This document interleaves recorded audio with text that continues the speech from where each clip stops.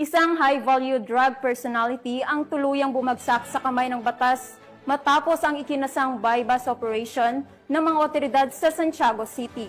Ang detalye ng report mula kay Patrolwoman Lainey Lorenzo.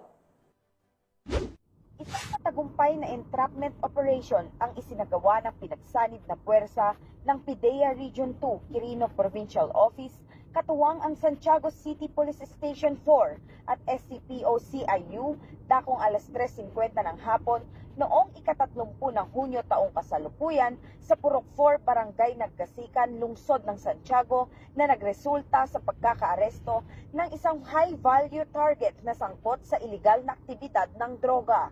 Sa naturang operasyon, nasamsam ng mga otoridad ang humigit kumulang 600 grams ng pinatuyong dahon ng marijuana na may tinatayang halaga ng 8,000 pesos. Bukod dito, nakumpiska rin ang isang itim na Tecno 30 cellphone at marked money o perang ginamit sa bypass operation.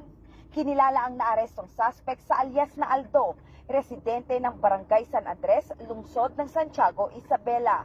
Siya ay sasampahan ng kasong paglabag sa Republic Act 9165 o ang Comprehensive Dangerous Drug Act of 2002. Ang matagumpay na operasyon ay bahagi ng pinaigting na kampanya ng PNP laban sa iligal na droga, alinsunod sa adhikain ng Bagong Pilipinas na magtatatag ng ligtas, maayos at drug-free na mga komunidad.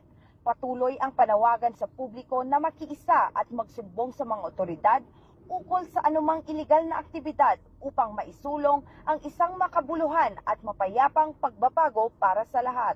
Mula dito sa Lambak ng Cagayan, ako ang inyong PNN correspondent, Patrolwoman Lainey Lorenzo, alagad ng batas, tagataguyod ng Balitang Pulis.